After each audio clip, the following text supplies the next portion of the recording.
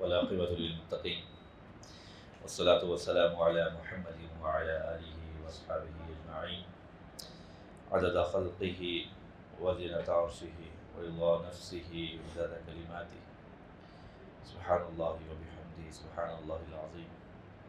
السلام علیکم ورحمۃ اللہ وبرکاتہ۔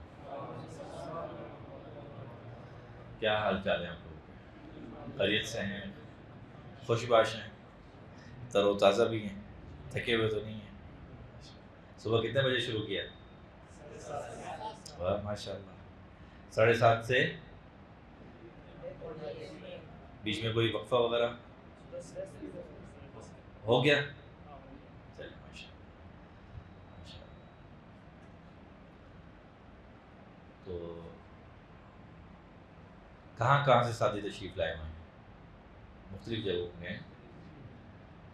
کیوں تشریف لائے؟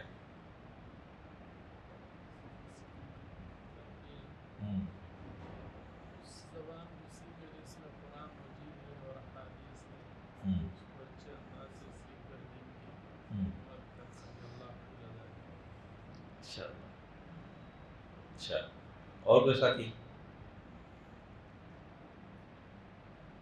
جی، انہوں نے کہا کہ دین کی خدمت کر سکیں اللہ کی رضا کے لیے۔ دین کی خدمت کی اور بھی بہت سی شکلیں تھیں، تو اسی شکل کا انتخاب کیوں کیا آپ نے؟ اتنا لمبا راستہ، اتنا لمبا سفر، تھکا دینے والا۔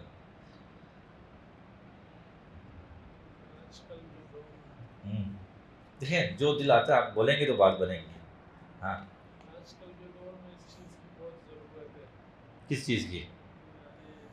اہل علم کی۔ ابتدا سے اپنی زبان پر اردو حاصل ہو تاکہ جو واقعات ساری آسانی سے سمجھا جا سکے۔ اچھا، تدریس کا کس کا ارادہ آگے؟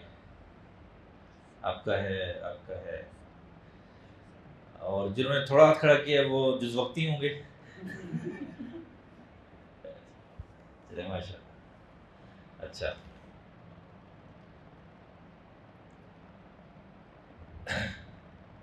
اگر آپ سے میں سوال کروں کہ عالم کا بنیادی فرض منصبی وہ کیا ہے؟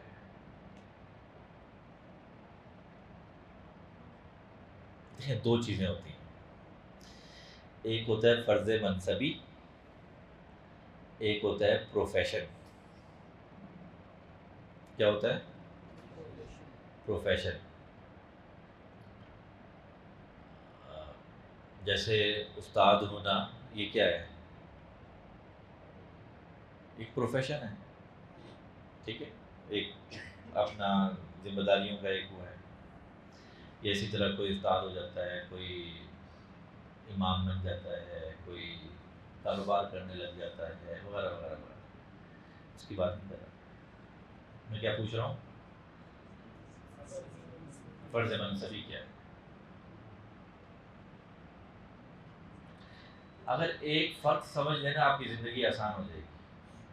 ہم فرض منصبی کو اور پروفیشن کو ہم منع کر دیتے ہیں، جہاں سے بہت سے مسائل پیدا ہوتے ہیں۔ ہم فرض منصبی کو اور پروفیشن کو ہم منع کر دیتے ہیں، جہاں سے مسئلہ پیدا ہوتا ہے۔ پھر مسئلہ پیدا ہوتا ہے کہ پھر یہ کر کے اگر کوئی تدریس نہیں کرتا، کسی اور کام میں مصروف ہوتا ہے، ہم کہتے ہیں یہ کیا ہو گیا؟ ضائع ہو گیا۔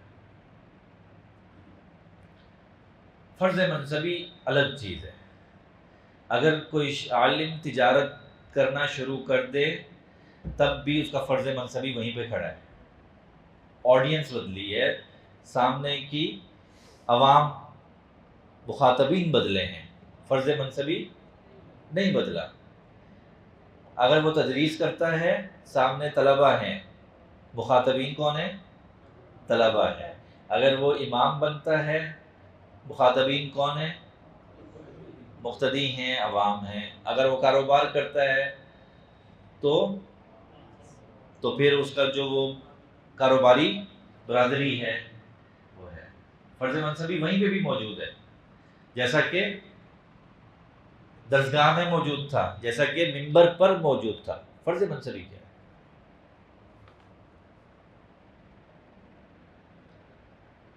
جی عالم کا فرض منصبی کیا ہے؟ کوئی ساتھی جو ذہن میں آ رہا ہے بولو یار.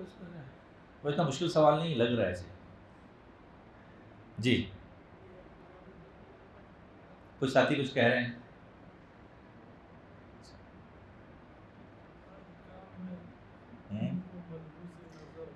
ہر کام میں دین کو ملحوظ رکھنا. جی ٹھیک ہے. اور کوئی ساتھی کوئی اور تعبیر؟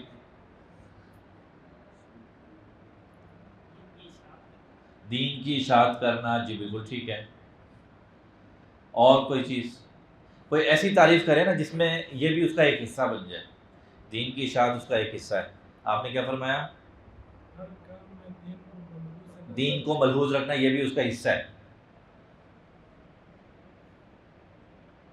بھائی فرض منصبی واضح ہوگا نا تو پھر زندگی کے کسی بھی موڑ پر آپ جانچ سکیں گے خود کو کہ میں وہ فرض منصبی پورا بھی کر رہا ہوں کہ نہیں کر رہا، یا کتنے فیصد کر رہا ہوں.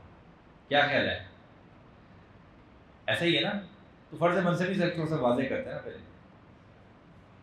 جی دین کی خدمت کرنا. جی اور ہاں پہلے خود سیکھنا اور پھر دوسروں کو سکھانا. جی حق کو پہچاننا. جی ٹھیک ہے. دین کی خدمت کے ساتھ متصل رہنا. جی ٹھیک ہے. ہر شعبے میں دین کو زندہ کرنا. یہ بھی ٹھیک ہے. جی امر بالمعروف اور نہی عن المنکر کرنا. یہ سب تعبیرات اپنی اپنی جگہ بالکل درست ہے کہ ایک عالم کا جو فرض منصبی ہے اس کی جو مخاطبین ہیں اس کی جو آڈینس ہے، سننے والے لوگ ہیں، اس کا جو حلقہ احباب ہے. ہر ایک فرد کا ایک حلقہ احباب ہوتا ہے نا. میں اپنی بات پوری دنیا کو نہیں پہنچا سکتا، نہ میں پوری دنیا کا ذمہ دار ہوں. میں کس کا ذمہ دار ہوں؟ اپنا حلقہ احباب کا. اب ہر ایک شخص کا حلقہ احباب کا دائرہ مختلف ہوتا ہے. کسی کا 100 ہو سکتا ہے، کسی کا 1000 ہو سکتا ہے، کسی کا 1,00,000 ہو سکتا ہے، لیکن محدود ہوگا، لامحدود نہیں ہوگا. ٹھیک. تو اپنے حلقہ احباب مخاطبین کون ہیں؟ جو حلقہ احباب ہیں. اب حلقہ احباب میں مختلف لوگ آتے ہیں. کچھ خاندان کے لوگ ہوتے ہیں، جہاں آپ کام کرتے ہیں وہاں ہوتے ہیں، جہاں جہاں آپ جا رہے ہوتے ہیں وہاں وہ کیا ہوتا ہے؟ آپ کا حلقہ احباب ہوتا ہے. تو بنیادی فرض منصبی یہ ہے کہ یہ جو حلقہ احباب ہے، یہ جو حلقہ احباب ہے، ان کو جینا سکھانا ہے. ان کو کیا سکھانا ہے؟ اس میں دین ہے، اس میں اللہ کی معرفت ہے. ٹھیک ہے. اس میں جو پڑھا ہے وہ دوسروں تک پہنچانا ہے. ان کو اس میں خوشی غمی سب کچھ ہے. اس میں شادی بیاہ کے رسم و رواج وہ بھی ہیں، اس میں بچوں کی تربیت وہ بھی ہے، اس میں کاروبار کے طور طریقے وہ بھی ہیں، اس میں گھر کے رہن سہن اٹھنے بیٹھنے کے آداب وہ بھی ہیں. ٹھیک ہے. اس میں بچوں کی تربیت کس انداز سے کرنی ہے وہ بھی ہے. کیا سکھانا ہے کیا نہیں سکھانا، جنہیں میں یہ ساری چیزیں آ جاتی ہیں. تو ہمارا جو فرض منصبی ہے بڑا وسیع ہے. اس کو محدود نہ کریں، اس کو محدود نہیں کرنا ہے. ہم نے محض نماز نہیں سکھانی، ہم نے محض روزہ نہیں سکھانا، ہم نے محض ایمانیات نہیں سکھانی، ہم نے 24 گھنٹے کی زندگی سکھانی ہے. ہم نے 24 گھنٹے کی زندگی سکھانی ہے. 24 گھنٹے کی زندگی کے ہر فیصلے پر کس نے اثر انداز ہونا ہے؟ عالم نے. ایک فرد کے 24 گھنٹے کے ہر فیصلے پر کس نے اثر انداز ہونا ہے؟ ہاں عالم کو اب نکال دیں. اب کس نے استعمال اثر انداز ہونا ہے؟ ہاں اونچا بولیں ذرا. نہیں ہم نے بھی نہیں. جی تھوڑا سا اور آگے بڑھیں، ہمت کریں. کس نے اثر انداز ہونا ہے؟ جی میں نے، جی ہاں، یہ جب ہم بولتے ہیں نا تو اس میں چپکے سے میں بیچ میں سے سائڈ پہ ہو جاتا ہے. تو کس نے اثر انداز ہونا ہے؟ ہاں، اونچا اونچا بولیں سب، ایسے ہاتھ کھڑا کر کے بولیں. ہاں میں نے بولا. ٹھیک ہو گیا. اب فرض منصبی سمجھ میں آ گیا. فرض منصبی کو محدود نہیں کرنا ہے. میرا فرض منصبی، اگر میں مدرس ہوں وہ میرا پروفیشن ہے، فرض منصبی نہیں ہے. ہاں وہ فرض منصبی میں وہ میرا طلبہ بھی آتے ہیں، گھر بھی آتا ہے. میں جہاں کوئی چیز دودھ دہی لینے جا رہا ہوں وہ دکاندار بھی آتا ہے. میں بس میں بیٹھ رہا ہوں تو وہ کنڈکٹر جو کرایہ لینے آیا تھا وہ بھی آتا ہے. اس کے ساتھ صرف میں ایک مرتبہ مسکرا کر جزاک اللہ ہی کہہ دوں. جب میں نے اسے کرایہ دیا، اس نے بقایا دیا اور میں نے جزاک اللہ کہہ دیا، شکریہ کہہ دیا، یہ میرا اس سے کیا ہو گیا؟ ٹھیک سمجھ میں آ رہی ہے بات؟ تو ہم فرض منصبی کو، اور یہ جو ہماری پیشہ ورانہ مصروفیت ہوتی ہے، پروفیشن کا کیا مطلب ہوتا ہے؟ پیشہ ورانہ مصروفیت جو ہوتی ہے، تو پیشہ ورانہ اس کو آپس میں ملانا نہیں ہے، دو الگ الگ چیزیں. پیشہ ورانہ ذمہ داری کوئی بھی ہو سکتی ہے. پیشہ ورانہ ذمہ داری کوئی بھی ہو سکتی ہے. وہ تاجر بھی ہو سکتے ہیں، وہ امام بھی ہو سکتا ہے، وہ مدرس بھی ہو سکتا ہے، محتمم بھی ہو سکتا ہے، منتظم بھی ہو سکتا ہے، قیم بھی ہو سکتا ہے. ٹھیک، وہ کوئی اور شکل ہو سکتی ہے کہ آپ کے کیا حالات بنتے ہیں، کیا مواقع ملتے ہیں، رب تعالیٰ نے آپ کے لیے کیا راستے کھولے ہیں، یہ کچھ کبھی کہا نہیں جا سکتا. لیکن جو بھی ہو، جو آپ کا حلقہ احباب ہے، ٹھیک ہے، اس حلقہ احباب کے 24 گھنٹے کی زندگی کے ہر فیصلے پر کس نے اثر انداز ہونا ہے؟ ٹھیک ہو گیا. کام چھوٹا ہے بڑا ہے؟ وسیع ہے. اس کو محدود نہیں کرنا. ہم نے صرف کیا کہتے ہیں وہ نکاح، نماز اور جنازہ، اپنے آپ کو یہاں تک نہیں. ہم نے صرف لوگوں کو یہ نہیں سکھانا ہے، ہم نے ان کو یہ بھی سکھانا ہے کہ شوہر کے بیوی کے ساتھ تعلقات کیسے ہونے چاہیے، حقوق کیسے پورے کرنے ہیں، والدین بچوں کے کیا ذمہ داریاں ہیں، بچوں کی کیا حقوق ہیں. کس نے سکھانا ہے؟ میں نے سکھانا ہے. ٹھیک ہو گیا. پڑوسی کے ساتھ کیسے رہنا ہے، کس نے سکھانا ہے؟ میں نے سکھانا ہے. ٹھیک ہو گیا. اسی طرح جہاں ملازمت کر رہے ہیں وہاں پہ اس نے زندگی کیسے گزارنی ہے، کس نے سکھانا ہے؟ میں نے سکھانا ہے. یہ جو ہم نے خود کو محدود سمجھ لیا، مسئلہ یہاں سے خراب ہو رہا ہے. ہمارا جو آج کا موضوع ہے کہ علماء اکرام کا معاشرتی اور سماجی کردار، کہ ہمارا معاشرتی سماجی کردار کیا ہے اس کو سمجھیں. وہ بہت وسیع ہے اور بہت گہرائی تک جانے والا ہے. ایک وقت تھا کہ جب اس معاشرے کی باغ دوڑ علماء کرام کے پاس ہوا کرتی تھی. آج سے 200-300 سال پیچھے چلے جائیں، معاشرے کا محور و مرکز کون ہوتا تھا؟ علماء کرام ہوتے تھے. لوگوں کی زندگیوں کے فیصلوں پر کون اثر انداز ہوتا تھا؟ کیا آج میں اور آپ ہو رہے ہیں اس انداز سے؟ نہیں ہو رہے.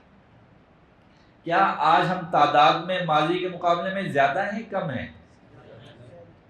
فضلاء کی تعداد بڑھ رہی ہے، گھٹ رہی ہے؟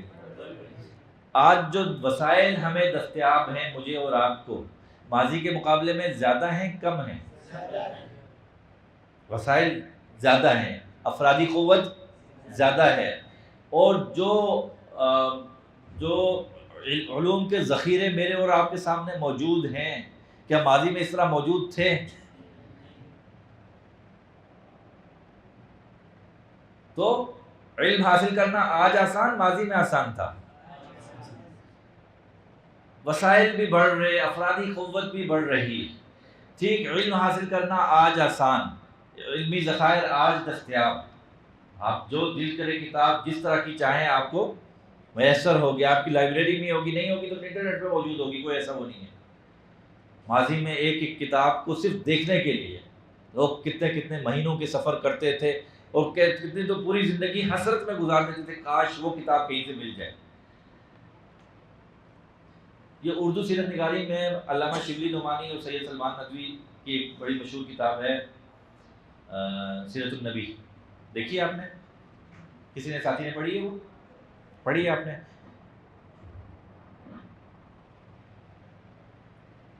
اس کتاب کا پس منظر معلوم ہے جو لکھی گئی جب؟ نہیں، وہ سیرت مصطفیٰ شامل ہے، یہ بھی شامل ہے، سیرت النبی بھی شامل ہے. اچھا زبردست. تو بڑی زبردست کتاب ہے، لاجواب کتاب ہے بڑی. کچھ چیزیں اس کی ہیں، آپ اس کے ساتھ سیرت مصطفیٰ ملا کے پڑھیں گے وہ مسئلہ حل ہو جائے گا اس کا. مولانا ادریس کاندھلوی رحمۃ اللہ علیہ، انہوں نے بعض جگہوں پہ ان پر نقد کیا ہے، علامہ شبلی نعمانی رحمۃ اللہ علیہ پہ، لیکن کتاب بڑی لاجواب ہے. انہوں نے جب وہ کتاب لکھی تو وہ ایک جگہ ملازمت کرتے تھے، وہاں سے انہوں نے استعفیٰ دے دیا اور پہ کوئی چندہ وندہ اکٹھا کیا اور کچھ کتابیں جمع کی انہوں نے، بڑی مشکل سے دور دور سے منگائی. اس کتاب کے دیباچے میں، اور یہ کوئی میں صدیوں پرانی بات نہیں کر رہا، یہ 1920-30 کی بات ہے، 100 سال پہلے کی بات ہے، تقریباً 100 سال پہلے کی بات ہے. تو اس کے دیباچے میں وہ لکھتے ہیں، ایک کتاب کا نام لکھے، کاش مجھے وہ کتاب مل جاتی، میں اس سے استفادہ کرتا اور پھر کیا ہو جاتا. اتنی حسرت سے کہتے ہیں علامہ شبلی جیسا بندہ، اور انہوں نے اس کتاب کے لکھنے کے لیے اپنی ملازمت چھوڑ کے کل وقتی مصروفیت اختیار کی کہ میں نے یہ کتاب لکھنی ہے، اور باقاعدہ وسائل جمع ہوئے، چندہ ہوا، کتابیں جمع ہوئی، اور اس میں وہ حسرت سے کہہ رہے ہیں کاش آج وہ ہر لائبریری میں موجود ہے، ہمیں اس کو پتہ بھی نہیں ہے. ٹھیک 100 سال پہلے مطلب اتنا بڑا بندہ، اتنے بڑے وہ جمع کیے گئے ذخائر جمع کیے گئے، اور وہ ایک عام سی کتاب کے بارے میں کہہ رہا ہے کاش مل جائے. تو وسائل بڑھ رہے ہیں، افرادی قوت بڑھ رہی ہے، علمی ذخائر موجود ہیں، علم حاصل کرنا ماضی کے مقابلے میں کہیں آسان ہے، آج سب کچھ زیادہ ہے، وقت زیادہ ہے، نتیجہ کیوں نہیں نکل رہا؟ مسئلہ کہاں پہ ہے؟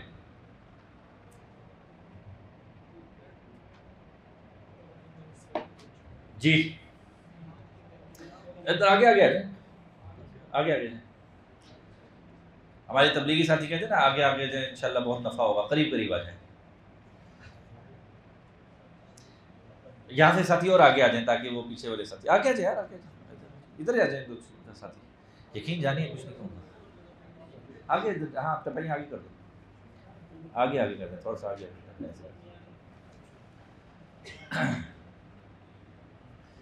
جی جی ساتھی آگے نا، میں تھوڑا سا سوال دوبارہ دہرا دیتا ہوں، کافی سارے آئے ہیں تو اس لیے تاکہ ان کا گفتگو سے ربط بن جائے اور پھر ہم آگے بڑھیں. بھائی بعد میں جو ساتھی تشریف لائیں آپ سب کو خوش آمدید، مرحبا. سوال ہم اس کے گفتگو کچھ کر چکے، اور اس کے بعد ایک سوال میں نے سامنے رکھا تھا، وہ سوال میں دوبارہ رکھ دیتا ہوں. سوال یہ ہے کہ آج علماء کرام جس تعداد میں تیار ہو رہے ہیں، یہ ماضی کے مقابلے میں زیادہ ہے یا کم ہے؟ زیادہ ہے. ایسا ہی ہے، آج جو وسائل مجھے اور آپ کو دستیاب ہیں ماضی میں کے مقابلے میں زیادہ ہیں یا کم ہیں؟ زیادہ ہیں. جو سہولیات، جو علمی ذخائر، جو علمی کتب آج ہمیں دستیاب ہیں ماضی کے مقابلے میں وہ زیادہ ہیں یا کم ہیں؟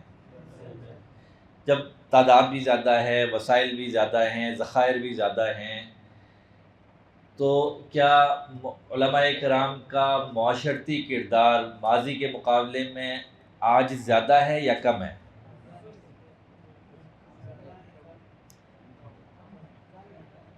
میں سوال دوبارہ چلو اس کو کر لیتا ہوں. معاشرے پر علماء کرام ماضی میں زیادہ اثر انداز ہوتے تھے یا آج ہو رہے ہیں؟ ماضی میں ہوتے تھے. تو نتیجہ الٹ نکل رہا ہے، ماضی میں تعداد کم تھی لیکن معاشرے پر اثر انداز زیادہ ہو رہے تھے. آج تعداد زیادہ ہے لیکن معاشرے پر اثر انداز ہونا کم ہے. یہ فرق کیوں ہے؟ ہونا کیا چاہیے تھا؟ فطری نتیجہ کیا ہونا چاہیے تھا؟ جب تعداد بڑھ رہی ہے تو معاشرے کی گرفت کس کے پاس ہونی چاہیے تھی پوری؟ کیا وجہ ہے؟ جی محنت کی کمی اور ہنر کی زیادتی. جی ٹھیک ہے. اور جی خوبصورت بات، اپنے آپ کو محدود کیا. جی ٹھیک ہے. اور ساتھی خلوص نیت نہ ہونے کی وجہ سے. اور بات، اور جی آپس میں ربط نہیں ہے. جی اور شروع سے ہدف نہیں بنایا. جی اسلامی قانون پر عمل نہ ہونے کی وجہ سے. جی اور فرض منصبی کو چھوڑنے کی وجہ سے. جی قریب چلے گئے آپ لوگ. ایک چیز یاد رکھیے گا، علماء کے پاس کبھی حکومت نہیں رہی ہے، ماضی میں بھی نہیں تھی. آپ کو یہ ساتھی سمجھتے ہیں کہ آج ہم حکومت میں نہیں ہیں. علماء کرام کبھی، اب مجھے اٹھا کے دکھا دیجیے خلافت راشدہ کے بعد جو طویل سلسلہ چلا حکومتوں کا، ریاستوں کا، خلافتوں کا، اس میں کہاں پہ علماء کرام تھے؟ ٹھیک جی. کبھی سوچا اس مسئلے پہ کہ کیا وجہ ہے تعداد بڑھ رہی ہے لیکن معاشرہ ہاتھ سے نکل رہا ہے؟ اتفاق نہ ہونا. ویسے اختلاف پہلے بھی ہوتے رہتے تھے. آپ نے کتابوں میں، اس کے دیباجوں میں، اشاروں کنایوں میں دیکھے نہیں ایک دوسرے کو ہیں جملے لگا رہے ہوتے ہیں.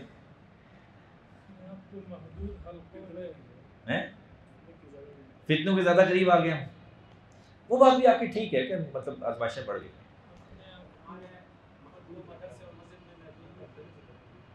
ہم نے مدرسے کو خود کو مسجد و مدرسے تک محدود کر دیا. یہ بہت اہم وجہ ہے. اس میں سے ذمہ داری کا احساس. یہ بہت ساری وجوہات ہے، کوئی ایک وجہ نہیں ہے. آپ جتنی وجوہات بیان کر رہے ہیں وہ سب کہیں نہ کہیں ہیں. ہمارا موضوع آج کل کے علماء کرام کا معاشرتی سماجی کردار کیا ہے. تو پہلا نقطہ وہ سمجھ میں آ گیا کہ فرض منصبی کیا ہوتا ہے اور پروفیشنل لائف یا پیشہ ورانہ زندگی کیا ہوتی ہے. یہ دو الگ الگ چیزیں ہیں. اگر میں پیشہ ورانہ زندگی کے اعتبار سے، پیشے کے اعتبار سے، پروفیشن کے اعتبار سے مدرس بن گیا ہوں تو محض مدرس بننے سے میرا فرض منصبی ادا ہو جائے گا؟ اگر میں پیشے کے اعتبار سے امام بن گیا ہوں تو محض امام بننے سے کیا میرا فرض منصبی ادا ہو جائے گا؟ نہیں. اب میں آپ کو چند مسائل بتاتا ہوں جس کی وجہ سے معاشرہ ہاتھ سے نکلا، اس کی نشاندہی کرتا ہوں. آپ نے زندگی میں اب تک کتنے جمعے پڑھے ہوں گے ایوریج؟ شعور کی عمر کے بعد 15 سال تو ہو گئے تقریباً. اتنا ہو گیا ہوگا نا. ایک سال میں کتنے جمعے ہوتے ہیں؟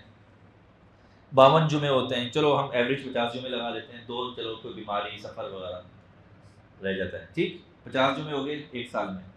10 سال میں کتنے ہو گئے؟ 500. 600 نہیں یار 500 جمعے ہو گئے. اور 15 سال میں 750 جمعے. تو ایوریج اوسطاً ایک بندے نے کوئی 700-750 جمعے پڑھے. اب ایک سوال بتائیے گا سچ ان 700-750 جمعوں میں آپ نے کتنے موضوعات سنے ممبر سے بیان ہوتے ہوئے؟ اندازاً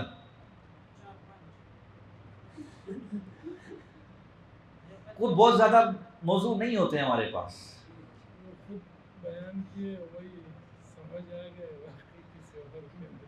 جی آپ نے پوچھا تھا. اچھا میں نے، اچھا آپ وہاں پہ تھے. اچھا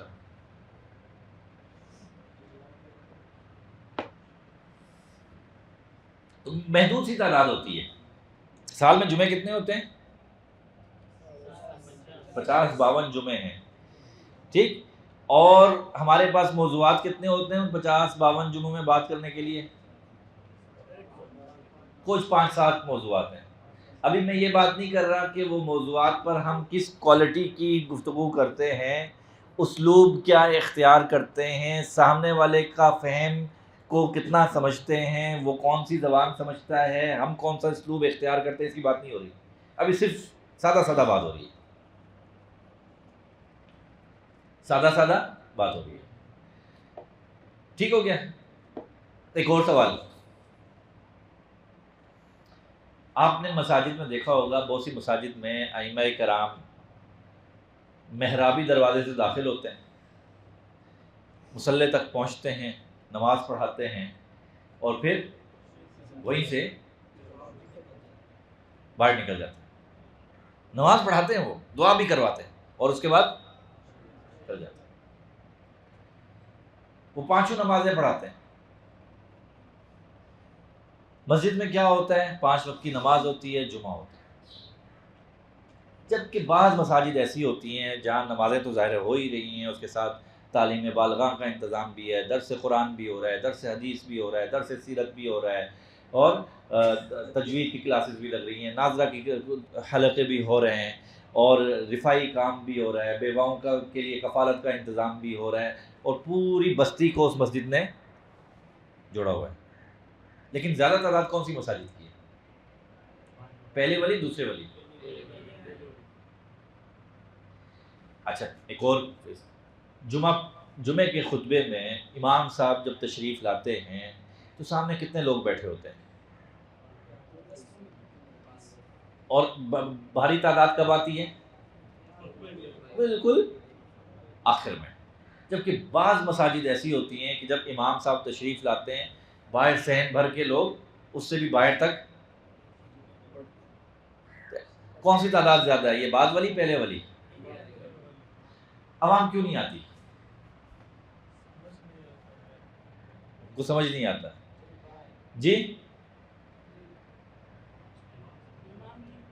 امام ٹھیک نہیں ہے، امام بدلو پھر جی۔ اور جی، امام صاحب کے پاس نکات نہیں ہے۔ اب دیکھیں مسئلہ کیا ہوتا ہے، دیکھیں میں نے کہا نا کہ پہلے ہمارے پاس موضوعات نہیں ہیں۔ اگر کوئی شخص آتا ہے اور اس کو اپنی زندگی کا مسئلہ زیر بحث ہوتا نظر نہیں آ رہا، ڈسکس ہوتا نظر نہیں آ رہا، 1 بار 2 بار 3 بار، کیا وہ آئے گا؟ اس کو کچھ سمجھ نہیں آ رہی امام صاحب کون سی بات کر رہے ہیں، کس زبان میں بات کر رہے ہیں۔ مسئلہ کیا ہوتا ہے؟ مسئلہ یہ ہے کہ دیکھیں ہم مدرسے میں گزارتے ہیں 10 12 15 سال، ایسے ہی ہے اوسطاً اتنا وقت گزارتے ہیں، حفظ کرتے ہیں، متوسطہ پڑھتے ہیں، اس کے بعد 8 سال نثر نظامی ہیں، 1 2 سال تخصص کے بھی ہیں، تو 10 12 15 سال ہم مدرسے میں گزار دیتے ہیں۔ اس مدرسے میں ہم کس میں رہتے ہیں؟ ارد گرد کون ہوتا ہے؟ اپنے علماء طلبہ، ایسے ہی ہے، مطلب مولوی لوگ۔ عوام سے کوئی ہمارا انٹریکشن، کوئی گفتگو، کوئی بات چیت ہو رہی ہوتی ہے؟ اٹھنا بیٹھنا نہیں ہوتا۔ ہم گھر میں بھی جاتے ہیں تو وہاں پہ بھی کون سا حلقہ ہوتا ہے ہمارا؟ وہاں پہ بھی ہم اپنے پھر مولوی ڈھونڈ لیتے ہیں۔ گلی محلے میں جاتے ہیں، مطلب جب چھٹیوں میں جاتے ہیں، گھر جاتے ہیں، وہاں پہ بھی دوست کون ہوتے ہیں؟ وہی مولوی۔ تو ہم 12 15 سال اسی اس میں رہتے ہیں۔ اب ہماری اپنی ایک زبان ہے، ہماری اپنی ایک زبان ہے، مدرسے کی اپنا ایک اسلوب ہے۔ اردو باہر بھی، مثال کے طور پہ اردو کو لے لیتے ہیں، اردو باہر بھی بولی جاتی ہے، اردو مدرسے میں بھی بولی جاتی ہے، لیکن باہر بولی جانے والی اردو اور مدرسے میں بولی جانے والی اردو میں بڑا فرق ہوتا ہے۔ وہ کہتے ہیں ایک طالب علم گیا پنساری کی دکان پہ، یہ پنساری ہوتا ہے جڑی بوٹیاں جس کے پاس ہوتی ہیں، اس کے بعد اس نے جا کے کہا شاعرہ ہے کیا؟ شاعرہ ہے؟ اس نے کہا بھائی ہے لیکن اتنا گاڑا نہیں ہے۔ ٹھیک، مثلاً طالب علم آیا گاؤں سے نا کہ شہر میں پہلی بار، تو جیسے آپ گاؤں سے پہلے مرتبہ شہر میں آئیں تو بہت سی نئی چیزیں دیکھنے کو ملتی ہیں، اس طرح جیسے آپ شہر سے پہلی مرتبہ اگر گاؤں جائیں تو بہت سی نئی چیزیں دیکھنے کو ملتی ہیں۔ تو طالب علم دیہی علاقے سے آیا تھا، شہر میں آیا تو ایک دن باہر نکلا تو دیکھا گول گپے بھی بک رہے ہیں۔ گول گپے سمجھتے ہیں سب، کس کس نے نہیں کھائے؟ مولانا استغفار کریں بھائی ان کو آج گول گپے کھلائے کوئی ساتھی، ٹھیک ہے؟ کھائیں گے آپ؟ چیک کر لینا یار، چیک کرو گے تو پتہ چلے گا، کیا پتا بہت اچھا ہو۔ اچھا پھر چلے نا، چھوڑ دیں گے۔ تو اس نے دیکھا یار گول گپے بک رہے ہیں، اور ساتھ وہ اس نے لگایا ہوا بھی ہے، گول گپے والا آیا گول گپے لایا، تو اس کو تجسس ہوا، اس نے کہا یہ کھانا چاہیے یہ۔ اب اس کے پاس پہنچا تو اب اسے سمجھ نہیں آ رہی کہ میں اسے کیا کہوں، کلو دے دو، درجن دے دو، کیا کہوں۔ کچھ چیزیں وزن کے اعتبار سے بکتی ہیں اور کچھ چیزیں عدد کے اعتبار سے بکتی ہیں۔ وزن کے اعتبار سے بکتی ہیں بھائی کلو سیب دے دیں، کلو، اور عدد کے اعتبار سے بکتی ہیں درجن کیلے دے دیں۔ اب یہ کہتے ہیں یار یہ وزن کے اعتبار سے بکتی ہے یا عدد کے اعتبار سے، کیسے بکے گی، اسے میں کیا کہوں؟ کہتا کوئی بات نہیں، اسی سے پوچھ لیتا ہوں. تو اسے کہتا ہے کہ بھائی جان یہ عددن بیچتے ہیں یا وزنن بیچتے ہیں؟ یہ عددن بیچتے ہیں یا وزنن بیچتے ہیں؟ وہ کہتا نہیں نہیں یار میں تو گول گپے بیچتا ہوں.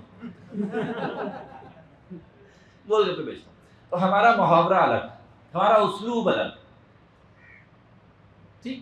قرآن کریم کیا کہتا ہے؟ قرآن کریم کہتا ہے وَمَا أَرْسَلْنَا مِن رَّسُولٍ إِلَّا بِلِسَانِ قَوْمِهِ. ہم نے ہر نبی اسی قوم، اسی زبان سے، اسی اسلوب سے بھیجا. بہت اہم بات ہے. یعنی نبی اسی قوم سے بھیجا جاتا تھا، مقامی ہوتا تھا، جو اس قوم کے محاورے کو، اس کی نفسیات کو، اس کے زبان کو، ان کے مسائل کو سمجھتا تھا. یہاں لسان سے مراد محض زبان سے نکلنے والے الفاظ نہیں ہوتے ہیں، نہیں، وہ پورا ایک معاشرتی کلچر جو ہوتا ہے نا وہ سب اس میں ہوتا ہے. اس میں نفسیات بھی ہوتی ہے اس معاشرے کی، اس معاشرے کی فکری بنیادیں بھی ہوتی ہیں، اس کے مسائل بھی ہوتے ہیں، اس کا ادراک بھی ہوتا ہے، اس کا عرف بھی ہوتا ہے. تو جب ہمارا معاشرے سے کوئی انٹریکشن ہی نہیں ہے، ان کے پاس اٹھنا بیٹھنا نہیں ہے. ایک وقت تک یہ ضروری تھا جب ہم ابتدائی درجے میں تھے، شاید اس وقت نقصان دہ ہوتا، لیکن اب تو آپ ماشاءاللہ عالم ہو گئے نا، ہیں دستار فضیلت سر پر سجا لی. اب اس میں تبدیلی آنی چاہیے. اب ہم لوگوں میں گھلنا ملنا چاہیے، کچھ پتہ تو چلے وہ کیا بولتے ہیں، کیا سنتے ہیں، کیا کہتے ہیں، ان کے مسائل کیا ہیں. ورنہ ہم اپنے مسائل بیان کریں گے جو ہم نے قدوری میں پڑھے، جو ہم نے ہدایہ میں پڑھے، اور مثالیں بھی کون سی دیں گے؟ وہی والی کہ ہم نے جو پڑھا. تو سب سے پہلی چیز کہ ہم نے جہاں زندگی گزاری ہے وہ ایک الگ مقام ہے، اور جہاں جا کر کام کرنا ہے وہ ایک الگ مقام ہے. ان دو دنیاؤں میں بہت فرق ہے. مدرسہ ایک الگ دنیا ہے اور باقی معاشرہ الگ دنیا ہے. ہم نے سیکھا سب کچھ یہاں پر، اور پہنچانا کہاں پہ ہے؟ یہاں پر. تو یہ بیچ میں جو گیپ ہے، جو خلا ہے، جو خلیج ہے، اسے کون پاٹے گا؟ عوام؟ کون؟ میں. سمجھ آ رہی ہے بات؟ اب علماء کرام کے معاشرتی کردار میں اب لوگ قریب کیسے ہوں گے، اور اس میں یہ جواب بھی ہوگا کہ قریب کیوں نہیں ہیں. بات دونوں کو ایک ساتھ چلائیں گے. بہت کچھ چھوٹی چھوٹی چیزیں جو ہم نے نظر انداز کی ہیں، بظاہر چھوٹی نظر آتی ہیں، چھوٹی ہیں نہیں، ہم ان کو نظر انداز کر دیتے ہیں. اس میں سے سب سے پہلی چیز ہے وہ یہ کہ ہمارا اپنے حلقہ احباب میں، حلقہ احباب کی شروع میں بات کی تھی نا، جہاں ہم نے کام کرنا ہے. حلقہ احباب وہی ہے نا، میری آڈینس کون سی ہے، میرے مخاطبین کون ہیں. جیسے رسول اللہ صلی اللہ علیہ وسلم کے مخاطبین کون ہیں؟ اور پوری انسانیت ہے، ٹھیک. لیکن میرے مخاطبین پوری انسانیت نہیں ہے. میری انسانیت میرے ارد گرد موجود لوگ ہیں. تو میرے مخاطبین میں میرا تعارف کیسا ہے؟ سب سے پہلی چیز میرے مخاطبین میں میرا تعارف کیسا ہے، ان کے ذہن میں میرا کیا تصور ہے، کیسا تصور ہے. اب اس پر تھوڑی سی میں بات کر کے واپس یہاں پہ آؤں گا. بیچ میں ایک بات کرنے لگا وہ سمجھ میں آ جائے گی آپ کو میں کیا عرض کرنا چاہ رہا ہوں. رسول اللہ صلی اللہ علیہ وسلم کی مجلس لگی ہوئی ہے، آپ بنفس نفیس تشریف فرمائیں. اس سے مقدس مجلس ہو سکتی ہے کوئی کائنات میں، جہاں آپ خود تشریف فرمائیں، صحابہ کرام ارد گرد بیٹھے ہوئے ہیں. کس قدر مقدس، پاکیزہ اور پرنور ماحول ہے. ایک نوجوان آتا ہے، ٹھیک، لیکن میں چاہوں گا پہلے آپ اس مجلس کی پاکیزگی، اس کے تقدس کو بہت اچھی طرح سمجھ لیں.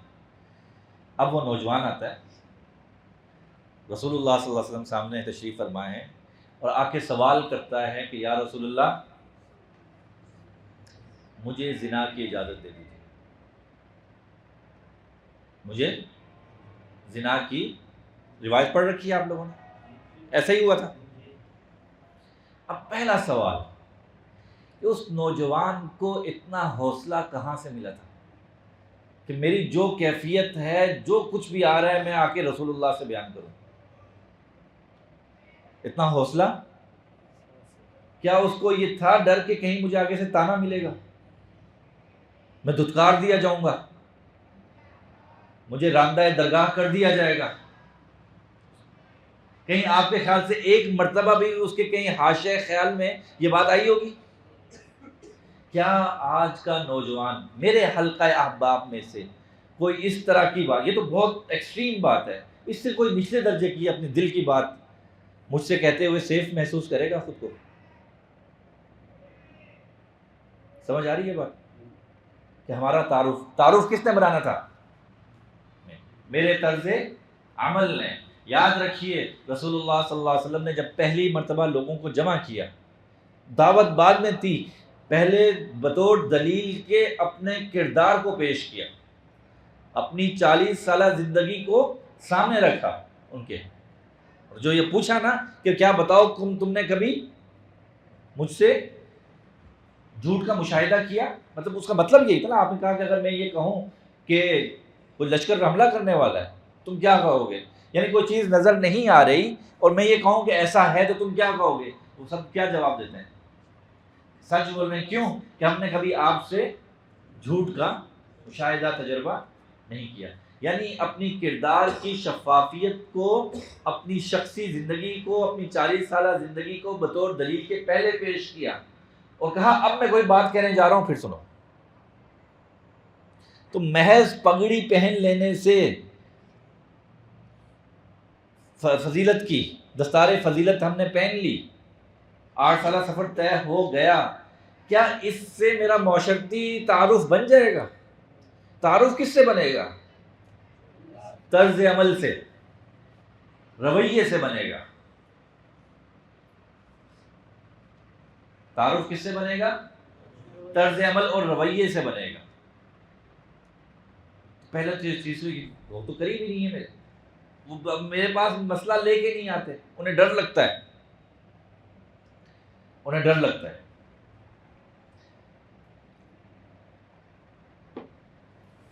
سمجھ آ رہی ہے بات؟ ہم انبیاء کے وارث ہیں، نبی کے وارث ہیں، ایسے ہی. وراثت کس چیز کی؟ علم کی. وراثت کس چیز کی؟ نبوی منہج کی.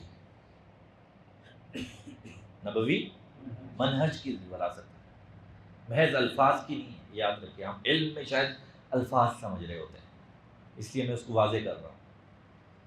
ہم وارث کس چیز کے ہیں؟ رویوں کے. ہم نبوی رویوں کے وارث ہیں، ہم نبوی تڑپ کے وارث ہیں، ہم نبوی فکر کے وارث ہیں، محض الفاظ کے، علم کے نہیں. آپ کی پوری مجموعی جو شخصیت ہے اس کے وارث ہیں. تو نبی تو ایسا ہے کہ آپ تشریف لے جا رہے ہیں، بدو آتا ہے، بدو کا اپنا اسٹائل ہے. آپ کے اس نے نکیل پکڑ لی اور کہا کہ جب تک ان 3 سوالوں کے جواب نہیں دو گے جانے نہیں دوں گا میں. آپ ذرا سوچیے، آپ جا رہے ہیں، بائک نکال چکے ہیں اور ایک آدمی آ کے پکڑ لیتا آپ کو، مولانا ذرا مسئلہ بتائیے گا، آپ کیا کریں گے؟ آپ غصے ہوئے،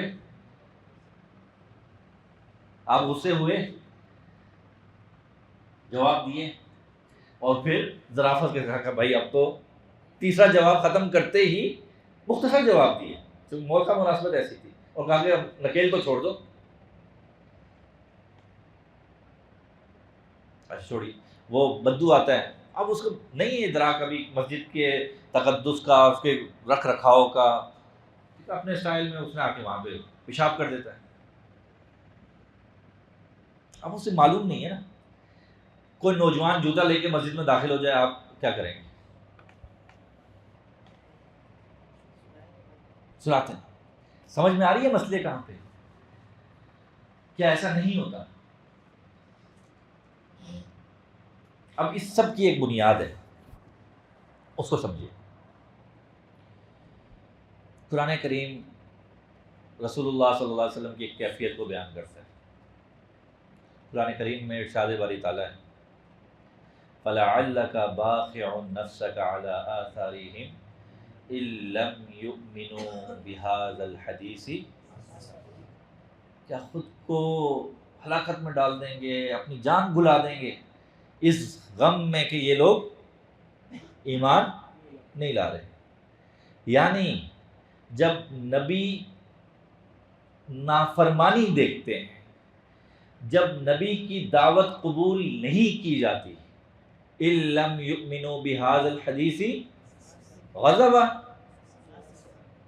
اسفا، نبی کو غم اٹھتا ہے، اور جب میں اور آپ نافرمانی دیکھتے ہیں تو غصہ آتا ہے۔ نبوی منہج سے بالکل الٹ جا رہے ہیں۔ جب نبی دیکھتے ہیں کہ کوئی شخص جہنم میں جا رہا ہے، کوئی شخص میری اطاعت نہیں کر رہا، میری لائی ہوئی دعوت کو رد کر رہا ہے، قرآن سے دور جا رہا ہے، غصے ہوتے ہیں؟ سینہ کس سے بھر جاتا ہے؟ غم سے بھر جاتا ہے، اور ہمارا سینہ غصے سے بھر جاتا ہے۔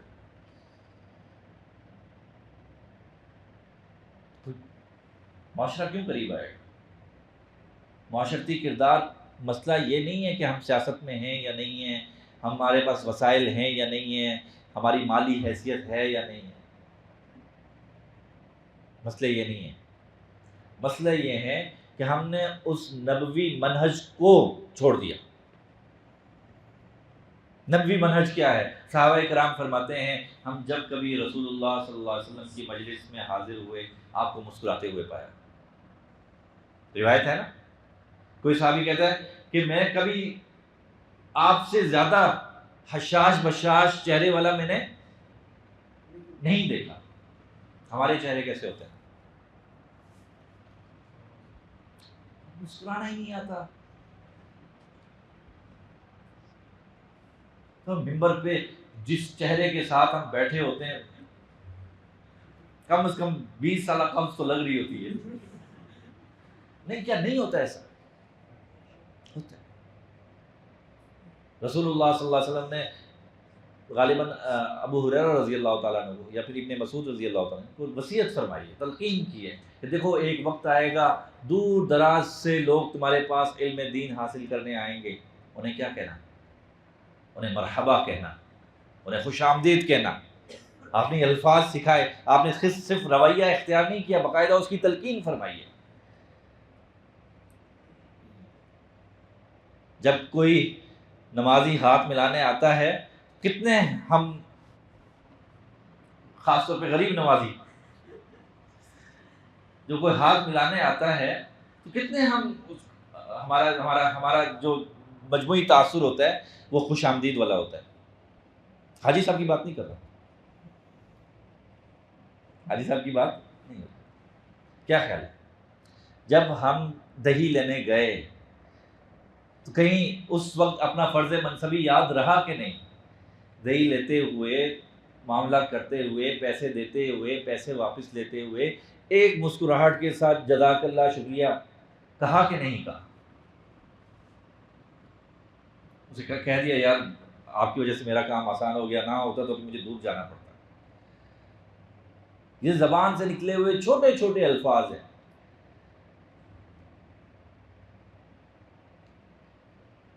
ہم نے ان چیزوں کو بھلا دیا، ہم نے کہا یہ چھوٹی چھوٹی چیزیں، غیر ضروری چیزیں۔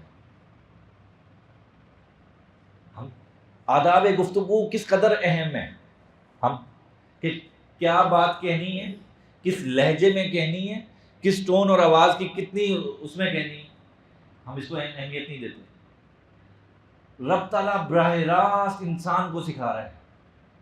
حالانکہ قرآن کا مجموعی جو موضوع ہے وہ کیا ہے؟ توحید ہے، رسالت ہے، آخرت ہے، عقائد ہیں، اصولی نوعیت کی باتیں ہیں۔ تفصیلات کہاں میں ملتی ہیں؟ احادیث میں۔ ایسے ہی ہے قرآن کریم اصولی باتیں کرتا ہے، بڑی اصولی نوعیت کی، عقائد کی درجات، لیکن آداب گفتگو سکھا رہے ہیں۔ کس لہجے میں بات کرنی ہے؟ قولا لہو قولا لینا، آواز کیسی رکھنی ہے؟ ان انکر الاصوات لصوت الحمیر، بات کرنی کیا ہے، قولوا قولا سدیدا. مختلف اسالیب میں مختلف مقامات پر رب تعالیٰ انسان کو بات کرنا سکھا رہے ہیں، آداب گفتگو سکھا رہے ہیں.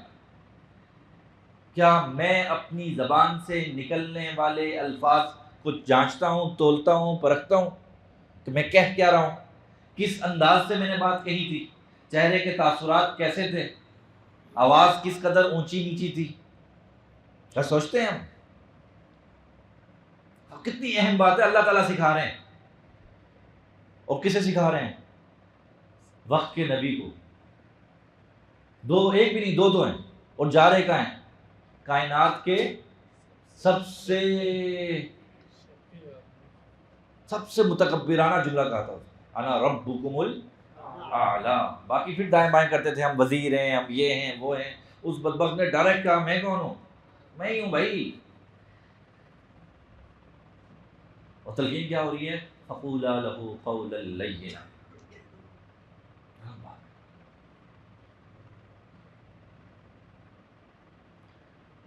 تو پہلی چیز ہمارا معاشرے میں تعارف کیسا ہے، کیا تعارف ہے. رسول اللہ صلی اللہ علیہ وسلم کا تعارف کیا تھا؟ قرآن کریم کرواتا ہے لقد جاءکم رسول من انفسکم عزیز علیہ ما عنتم حریص علیکم بالمؤمنین رؤوف الرحیم. تعارف ہے نا، نبی کیسے تھے. میں اور آپ کس چیز کے وارث ہیں؟ اسی چیز کے وارث، اس منہج کے، اس رویے کے، اس مزاج کے، اس ذوق کے وارث. عزیز علیہ ما عنتم حریص علیکم بالمؤمنین رؤوف الرحیم. آپ کی پوری زندگی پھر شاہد ہے. آپ دیکھیے نبی ہیں، اللہ کے نبی ہیں، اور نبی ہوتے ہوئے اپنے ایک شاگرد، ایک امتی کو کہہ رہے ہیں فداک ابی و امی یا سعد. سوچیں ذرا، صحابہ تو کہتے رہے، یہاں کون کہہ رہا ہے؟ خود کہہ رہے ہیں. کس کو کہہ رہے ہیں؟ اب ساتھ میں قربان ہونا ہے کہ نہیں ہونا؟ کہ جا سکتے ہیں پھر ادھر ادھر. وہ جب اتنی محبت، اتنی شفقت، اتنی رحم دلی مل رہی ہو، کوئی کہیں جا سکتا ہے؟ ہمارے شیخ فرمایا کرتے ہیں کہ صحابہ کرام کی محبت رسول اللہ صلی اللہ علیہ وسلم سے، پہلے محبت سمجھے وہ کیسی تھی، وہ کس درجے کی تھی کہ انہوں نے اپنا تن من دھن آل اولاد سب کچھ فدا کر دیا، اور ہر لمحہ فدا کرنے کے لیے تیار رہتے. وہ غزوہ احد میں اور بدر میں کیا کیا مقامات آئے. غازی حضرت ابو دجانہ ہے یا حضرت طلحہ رضی اللہ تعالیٰ عنہ، وہ تیر آ رہے ہیں تو آپ کی طرف نا ایسے آپ کو لے کے نا، جس دشمن وہ پہلے آپ کے سامنے ایسے سینہ تان کے کھڑے ہو گئے، پھر خیال آیا میں تو پشت کر کے کھڑا ہوں آپ کی طرف اس موقع پہ، پھر ایسے آپ کو باہوں میں لے کے سامنے کھڑے ہو گئے. کس درجہ ان کی اطاعت، محبت اور فرما برداری تھی. ہمارے شیخ فرماتے ہیں کہ صحابہ کی محبت رسول اللہ صلی اللہ علیہ وسلم سے عمل سے زیادہ رد عمل تھا اس محبت کا جو انہیں رسول اللہ صلی اللہ علیہ وسلم سے ملتی تھی. دلیل چاہیے، قرآن کریم کیا کہتا ہے. اب صحابہ کی محبت سامنے ہے، پورے طرح استحضار ہے کس درجہ محبت ہے، کس درجہ اطاعت ہے. غالباً ابن مسعود رضی اللہ تعالیٰ عنہ مسجد نبوی میں داخل ہو رہے ہیں، اندر رسول اللہ صلی اللہ علیہ وسلم سامنے بیٹھے لوگوں کو فرماتے ہیں کہ تشریف رکھیں، بیٹھیں. ان کے کانوں میں الفاظ یہ پڑھتے ہیں آپ وہیں پہ ایک قدم اندر اور ایک باہر، وہیں دہلیز پر بیٹھ جاتے ہیں. اب قدم آگے نہیں اٹھ سکتا. انہیں معلوم ہے، کوئی ایسی بات نہیں ہے، انہیں معلوم نہیں ہے کہ حضور کی منشا کیا ہے، لیکن کہتے ہیں جب کان میں الفاظ پڑ گئے آپ کے تو اب یہ قدم آگے کیسے اٹھ سکتے ہیں. اس درجہ اطاعت فرما برداری سامنے رکھیں. اب قرآن دیکھیں کیا کہتا ہے. قرآن کہتا ہے وَلَوْ كُنْتَ فَظًّا غَلِيظَ الْقَلْبِ لَانْفَضُّوا مِنْ حَوْلِكَ. کسے کہہ رہا ہے؟ رسول اللہ صلی اللہ علیہ وسلم کو کہہ رہا ہے. اور کس کے بارے میں کہہ رہے ہیں؟ کس کے بارے میں کہا جا رہا ہے؟ صحابہ کرام کے بارے میں کہا جا رہا ہے کہ اگر آپ نرم خو نہ ہوتے، اگر آپ نرم مزاج نہ ہوتے تو یہ لوگ آپ کے ارد گرد یوں پروانہ وار جمع نہ ہوتے.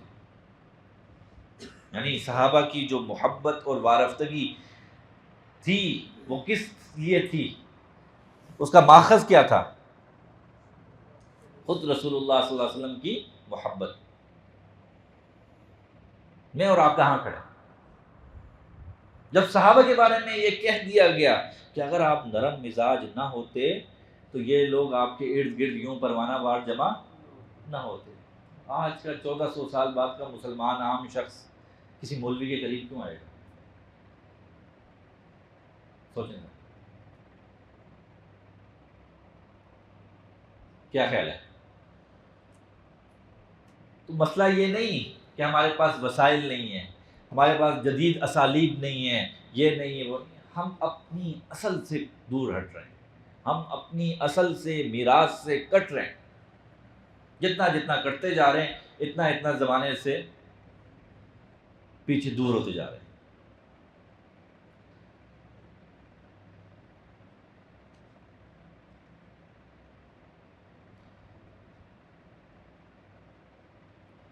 سوچئے ذرا،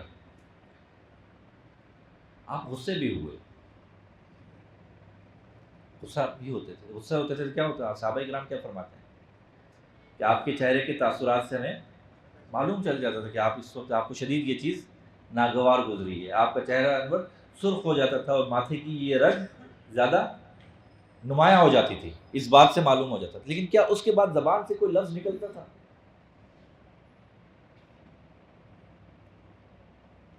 اور جب ہم غصے ہوتے ہیں تو پھر ہم یہ بھی بھول جاتے ہیں ہم کون ہیں، یہ بھی نہیں دیکھتے سامنے کون ہے، اور زبان سے کیا کچھ کہہ دیتے ہیں. ٹھیک، تو جو کچھ پڑھا تھا، ہم جو وارث کہتے ہیں نا کہ ہم وارث ہیں وارث ہیں وارث ہیں، اس کو ذرا واضح کرنے کی ضرورت ہے. کس چیز کے وارث؟ ہم ان رویوں کے وارث. ہم محض الفاظ کے وارث نہیں ہیں، ہم اس فکر کے، اس کڑن کے وارث تھے. تو اپنے طرز عمل کو کس پر پرکھنا ہے؟ رسول اللہ صلی اللہ علیہ وسلم کی ذات گرامی پر پرکھنا ہے. یہی ہمارے اسلاف کا، اکابرین کا طرز عمل تھا، یہی تھا. تو ہم جو زبان بولتے ہیں وہ پبلک کو سمجھ میں نہیں آتی، اور ان کی جو زبان ہے وہ ہمیں سمجھ میں نہیں آتی.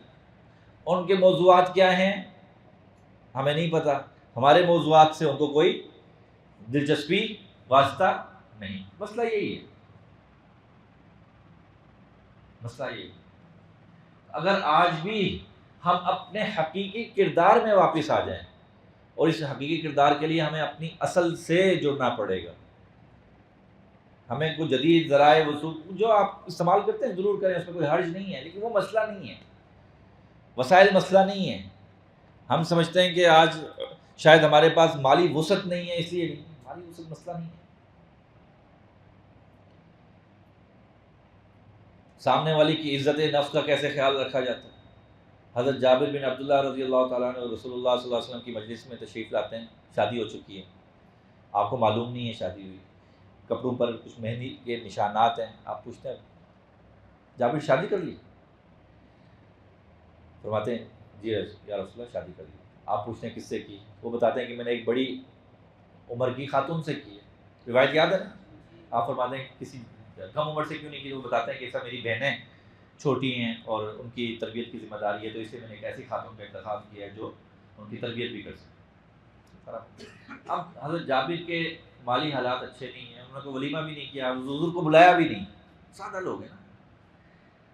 اسی مجلس میں آپ جابر سے کہتے ہیں کہ یہ تم جس اونٹ پہ آئے ہو یہ مجھے بھیج دو، میں خریدنا چاہتا ہوں. جابر فرماتے ہیں یا رسول اللہ ہدیہ لے، تحفہ نہیں، میں خریدنا چاہتا ہوں.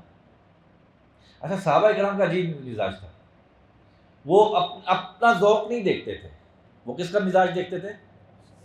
اب ہماری جگہ کوئی ہوتا کہتا نہیں حضرت نہیں نہیں نہیں نہیں نہیں.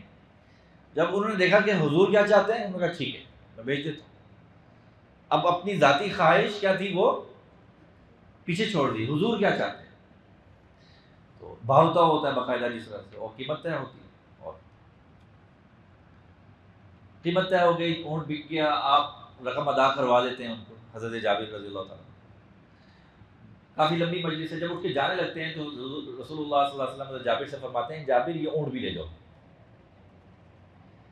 اب حضرت جابر کے پاس اونٹ بھی ہے اور اس کی قیمت بھی ہے. کیا کیا آپ نے یہاں پہ آپ کے خیال سے؟ مالی معاونت کی ہے ایسے، لیکن کس لطیف پیرائے پہ جا کے کی ہے کہ سامنے والے کی عزت نفس کو ٹھیس نہ پہنچے. یہ مجھے اور آپ کو سمجھانے کے لیے تھا. حضرت جابر کی عزت نفس کو ٹھیس نہ پہنچے، آپ کی دی ہوئی کوئی بھی چیز ان کے لیے باعث افتخار تھی، لیکن مجھے اور آپ کو سمجھایا کہ اپنے متعلقین کی عزت نفس کا خیال کیسے رکھیں. کیا خیال ہے؟ میں اور آپ اپنے حلقہ احباب میں موجود لوگوں کی عزت نفس کا خیال رکھتے ہیں ایسے؟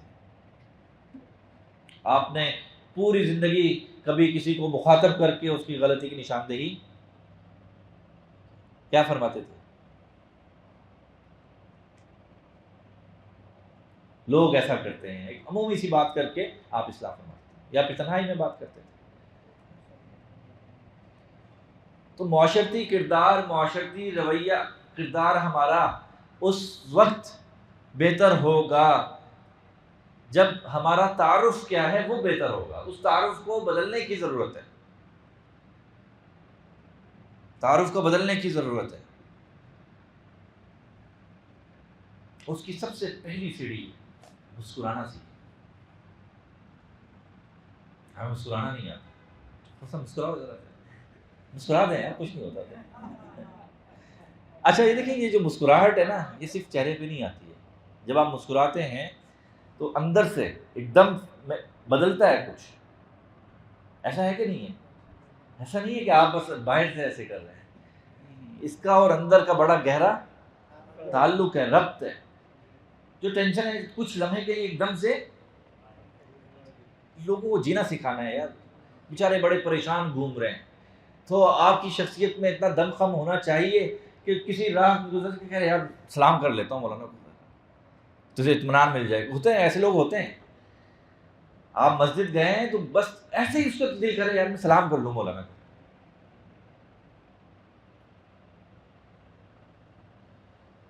وہ کہاں سے اس کا آغاز کہاں سے ہوگا؟ چھوٹے سے درجے میں مسکراہٹ، سنت سمجھ کے کرنا. کیا آپ نے روایت میں نہیں پڑھا ہے کہ ایک نہیں کئی صحابہ کرام سے منقول ہے آپ کو، ہم جب کبھی آپ سے ملتے آپ کے چہرے پہ ایسی تازگی، ایسی مسکراہٹ ہوتی، آپ سے زیادہ حشاش بشاش چہرہ میں نے نہیں دیکھا. ہمارا چہرہ 12 بجے ہوئے.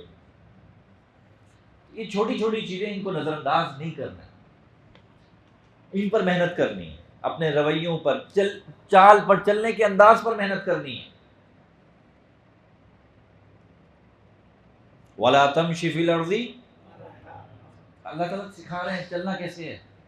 رسول اللہ صلی اللہ علیہ وسلم اپنی عمر کے آخری حصے میں گھوڑے پر کیسے بیٹھتے تھے؟ چھلانگ لگا کے بیٹھ جاتے تھے، ایسی فٹنس تھی. ہم کیسے چلتے ہیں؟ ابھی اگر یہاں باہر سے 8-10 طلبا گزریں، سب کو تھوڑی دیر کے لیے ایسے کرنا پڑے گا. ایسے خس خس خس خس خس خس آواز آتی ہے، پاؤں کو زمین کے ساتھ گھسیٹتے ہیں. نہیں کرتے ایسا؟ ہمارا چلنا کیسا ہونا چاہیے؟ سنت کو ایک باوقار انداز میں، ایک مومنانہ انداز میں، مردانہ انداز میں. ایک کندھے گرے ہوئے ہیں، پتہ نہیں کہاں جا رہے ہیں، کچھ پتہ ہی نہیں ہے، مریل سے لوگ ہیں. نہیں ہوتا ایسا. تو یہ ایک اپنے نا ایک تازگی انرجی بھی لانی ہے. صبح سے شام تک بیٹھ کے نا سن کے سنی ہو گئے ہیں، تازگی لانی ہے. میں نے کتاب میں پڑھا، اس کو میں اس کے بعد تلاش کر رہا ہوں، مجھے دوبارہ مل نہیں رہا وہ حوالہ. میں آپ کو ایک مرتبہ حضرت عمر بن خطاب رضی اللہ تعالیٰ عنہ جب امیر المؤمنین بنے ہیں، ایک دن دیکھا کہ ایک نوجوان پاؤں گھسیٹتے ہوئے جا رہا ہے، بڑا آہستہ آہستہ. اس کو بلوایا انہوں نے، حال احوال دریافت کیا، انہوں نے سب ٹھیک ٹھاک ہے، کوئی طبیعت خراب تو نہیں ہے. جب پتہ چلا کچھ نہیں ہے تو اس کو لگایا ہے اس کو. ایسے چلتے ہیں، مومن ایسے چلتا ہے، ٹھیک سے چلو. تو ہماری چال ڈھال، آپ نے کیا فرمایا؟ من لہ شعر فلیکرم، یہ الفاظ ہے یا کچھ اور ہے؟ یہ آپ کیا فرما رہے ہیں؟ سوچیں ذرا. آپ فرما رہے ہیں کہ جس کسی کے بال ہیں تو اسے چاہیے ان کا اکرام کرے. مطلب یہ نہیں ہے کہ اس کو چھوڑ دے کہاں جا رہے ہیں کیا ہو رہا ہے. یہ سکھا رہی ہیں یہ چیزیں، یہ چھوٹی چھوٹی چیزیں جن کو ہم نظر انداز کر رہے ہیں. ظاہری حیت کیا ہے، چہرے کے تاثرات کیا ہیں، پھر زبان سے نکلنے والے الفاظ کیا ہیں، پھر اندر سے اٹھنے والا جذبہ کیا ہے. یہ وہ ہے جس کو ہم نے جس کی تربیت کرنی ہے. پہلے خود کی کرنی ہے اور پھر دوسروں کی کرنی ہے. اندر سے اٹھنے والے جذبے بھی کس کے مطابق ہونے چاہیے؟ سنت کے مطابق ہونے چاہیے. جیسے میں نے بھی ایک جذبے کے حوالے سے بات کی، نبی کو تو وہاں پر غم ہوتا تھا جہاں ہمیں غصہ ہوتا. ہمارے استاد ایک مرتبہ فرمانے لگے کہ میں ایک جگہ گیا تو وہاں میرا ایک شاگرد وہ تقریر کر رہا تھا، تو اس نے جو ہے نا وہ بڑے انتہائی چلا کے کہا کہ فرمایا اللہ کے رسول نے. تو میں نے اسے بعد میں کہا یار ایسے تو نہیں فرمایا تھا.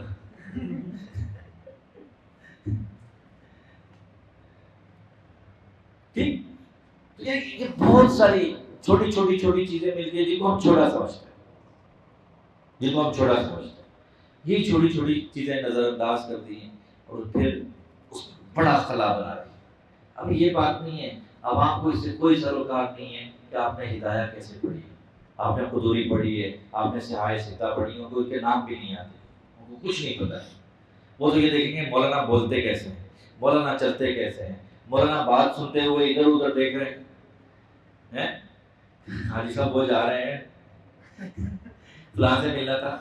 آپ سب کیا فرماتے رسول اللہ صلی اللہ علیہ وسلم کے حوالے سے کیا فرماتے ہیں کہ جب وہ کوئی مخاطب ہوتا آپ پورا اس کی جانب متوجہ ہو جاتے. کیا میں اور آپ ایسے بات سنتے ہیں کسی کی؟ بینچ مارک اسٹینڈرڈ ماخذ کون ہے؟ رسول اللہ. ریفرنس کون ہے؟ کیا آپ نے روایت نہیں پڑھی؟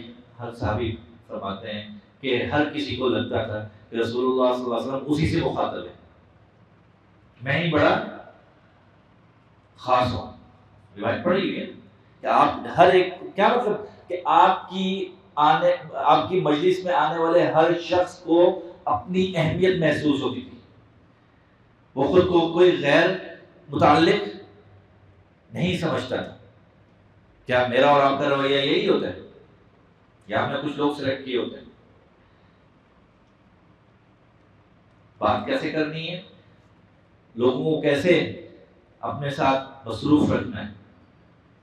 آج لوگ سکھاتے ہیں نا پبلک اسپیکنگ، آپ بھی سیکھ رہے ہوں شاید، وہ سیکھتے رہے، اس کا بنیاد تو وہاں سے بنایا کیسے بات کرنی ہے. ہر ایک کو آپ کے ارد گرد جو لوگ موجود ہیں ان کو لگے کہ آپ ان کی زندگی میں اہمیت رکھتے ہیں.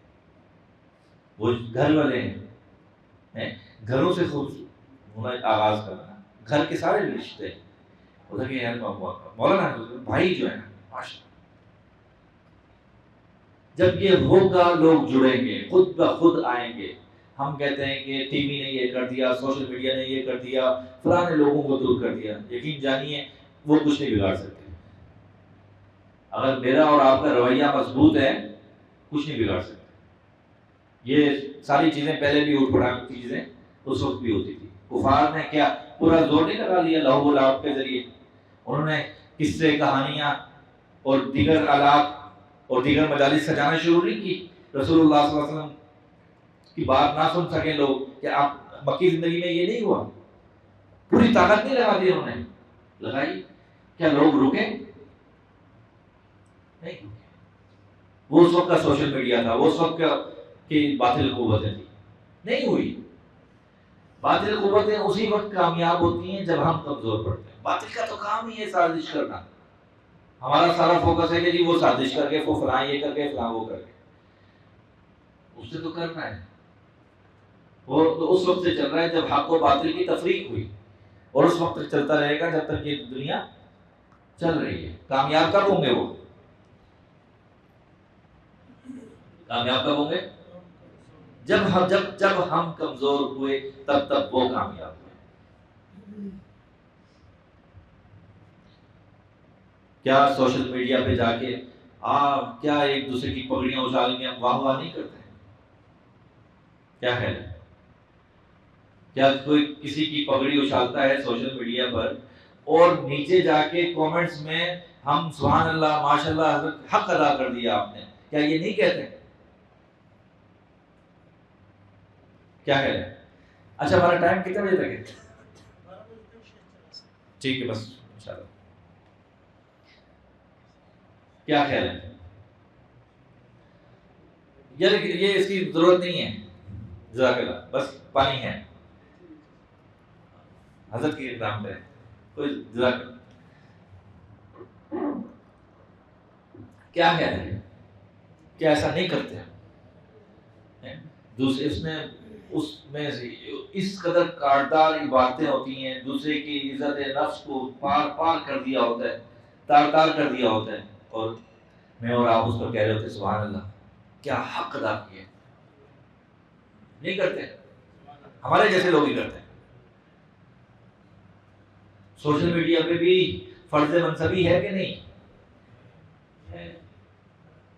کیا وہاں سوشل میڈیا پہ جو کچھ لکھ بول پڑھ رہے ہیں اللہ کے یہاں جواب دہ نہیں ہے؟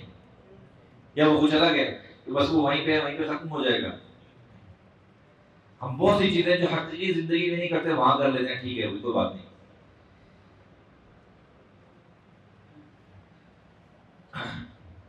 تو یہ چند سوالات، چند اشارے. ہاں یار چلو یہ نہیں چینی نہیں، اتنے میٹھے لوگ سامنے بیٹھے ہیں تو چینی کی کیا ضرورت ہے جی؟ کوئی شکر کی ضرورت نہیں ہے. ایسی روشن جبیریں اور ایسے آنکھوں پہ خبے سجے خواب جو سامنے بیٹھے ہیں ان کو چینی کی کیا ضرورت ہے؟ تو یہ چند سوالات تھے، چند اشارے تھے، چند کنایے تھے، چند درد دل چیزیں تھی جو آپ کے سامنے رکھی. باقی گپ شپ کریں گے پھر کبھی آئندہ آئیں گے. آج کچھ سوالات، کچھ چیزیں آپ کے سامنے چھوڑ کے جا رہا ہوں کہ اس میں سوچیں ضرور. آپ اس سے اختلاف کر سکتے ہیں، اختلاف کریں، لیکن ایک مرتبہ سوچ ضرور لیں. آپ کو سوال کرنا ہے تو کر لیں، پرچی کے ذریعے سے بھی کر سکتے ہیں، ویسے بول کے بھی کر سکتے ہیں.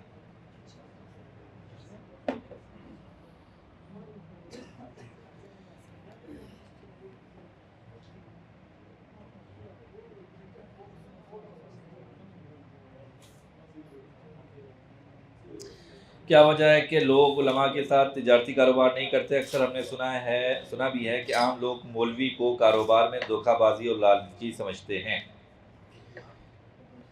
یار یہ تو شاید کسی کا تاثر ہو، کہیں کیا کہتے ہیں اس کے برعکس بھی ہو سکتا ہے.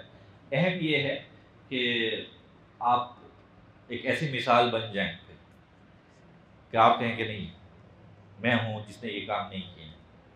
دیکھیں کوئی بھی کام کریں، آپ کاروبار کریں، مسجد میں ہوں، منبر پر ہوں، مدرسے میں ہوں، اپنے اس فرض منصبی کو نہیں بھولنا ہے جو بنیادی ہے.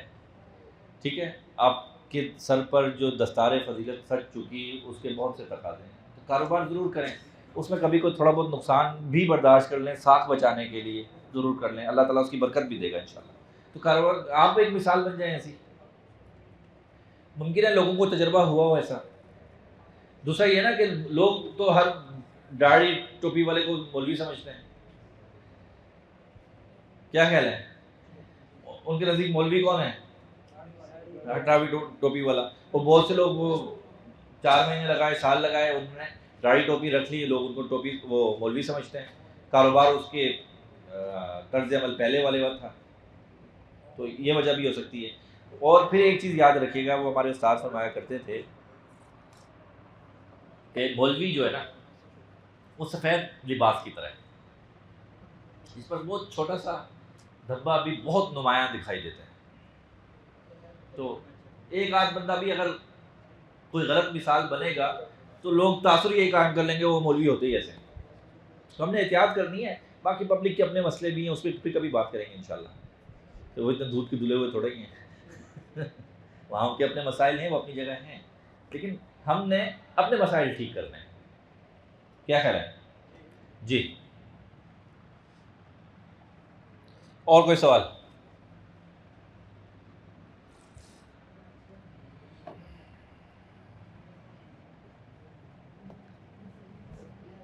پرچی آ رہی ہے یار، لکھ کے ویسے لکھ کے کرنا چاہتے ہیں کر لیں، لیکن آپ بول بھی سکتے ہیں، یقین جانیے میں کچھ نہیں کہوں گا.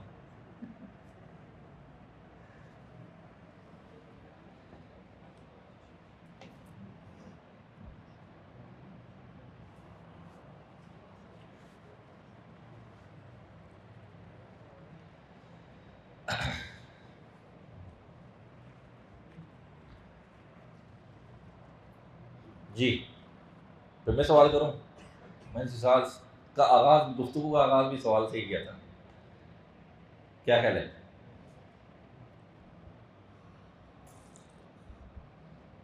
کسی بات سے اختلاف کرنا چاہیں آپ کر سکتے ہیں. آپ کہیں بھائی میں آپ کی یہ بات سمجھ میں نہیں آئی ہے، یہ میں اختلاف کرتا ہوں، یہ کرتا ہوں، آپ کا حق ہے، وہ بھی کر سکتے ہیں. لیکن چند سوالات آپ کے سامنے رکھ دیے، چند نکات آپ کے سامنے رکھ دیے، اس پر خود کو جانچنا ضرور ہے. ٹھیک ہے، کسی ساتھی نے کچھ نکات لکھے ہیں تو آپس میں شیئر کر دیں. کوئی 5-7 نکات بن رہیں گے، اور شام کو بیٹھ کے تنہائی میں کوئی 5-7 منٹ کے لیے اس پہ سوچ ضرور لیں باتوں میں. ٹھیک، اور اگر کچھ سمجھ میں آتا ہے تو آگے لائے عمل بھی بنائیں گے. چھوٹی چھوٹی چیزیں زندگی میں داخل کریں گے، انشاءاللہ اس کا معاشرتی امپیکٹ بہت زیادہ ہوگا. تو یہی چھوٹی چھوٹی چیزیں ہم نے نظر انداز کی ہوتی ہیں. کوئی بڑا معاملہ نہیں ہوتا ہے، چھوٹی چھوٹی چیزیں کچھ کرنی ہیں. الحمدللہ ایک بڑی زبردست علمی روایت اللہ تعالیٰ نے اس سے جوڑ دیا ہمیں. بس اب یہ تھوڑا تھوڑا چھوٹے چھوٹے کام ہیں، ان کو سیٹ کرنا ہے، اور انشاءاللہ پھر معاشرہ کس کا ہے؟ پھر ہمارا ہے.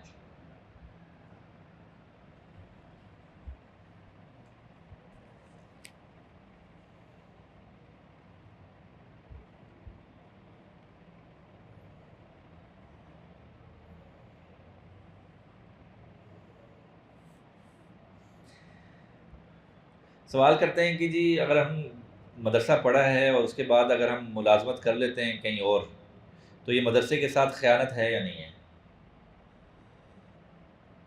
اس کا جواب میں نے شروع میں یہیں سے شروع کیا تھا کہ جب آپ فرض منصبی کو اور پیشہ ورانہ ذمہ داری کو، دو چیزوں کو الگ الگ کریں گے تو بات سمجھ میں آ جائے گی. ملازمت بھی کرتے ہیں تو کریں، ضرور کریں، کوئی حرج نہیں ہے، لیکن وہاں پر بھی فرض منصبی باقی ہے. صرف سامنے مخاطبین بدلے ہیں، فرض منصبی وہی ہے. ہم نے جینا سکھانا ہے، 24 گھنٹے کی زندگی سکھانی ہے، اس پر اثر انداز ہونا ہے. چاہے سامنے طالب علم ہو، آپ استاد، آپ امام ممبر پر بیٹھے ہیں امام کی شکل میں، سامنے نمازی ہیں، یا پھر آپ کاروبار کر رہے ہیں، تجارت کر رہے ہیں، اور وہ کمیونٹی ہے. فرض منصبی وہی ہے. ٹھیک، تو فرض منصبی وہ نہیں بدلے گا، وہ اٹل ہے، وہ رہے گا ہی رہے گا. آپ پروفیشن آپ کوئی بھی اختیار کر لیں، پیشہ کوئی بھی اختیار کر لیں، اس سے فرق نہیں پڑتا. سادہ سی بات یہ. ٹائم ہمارا مکمل ہو چکا ہے. اللہ تعالیٰ آپ کو جزائے خیر عطا فرمائے، اور آپ سے خوب کام لے، اور یہ معاشرہ جو ہے نا وہ حق کا جو متلاشی بھی ہے، ضرورت بھی ہے. لوگ بڑے بیچارے اداس گھوم رہے ہیں، پریشان گھوم رہے ہیں، ان کی زندگی میں خالی پن ہے.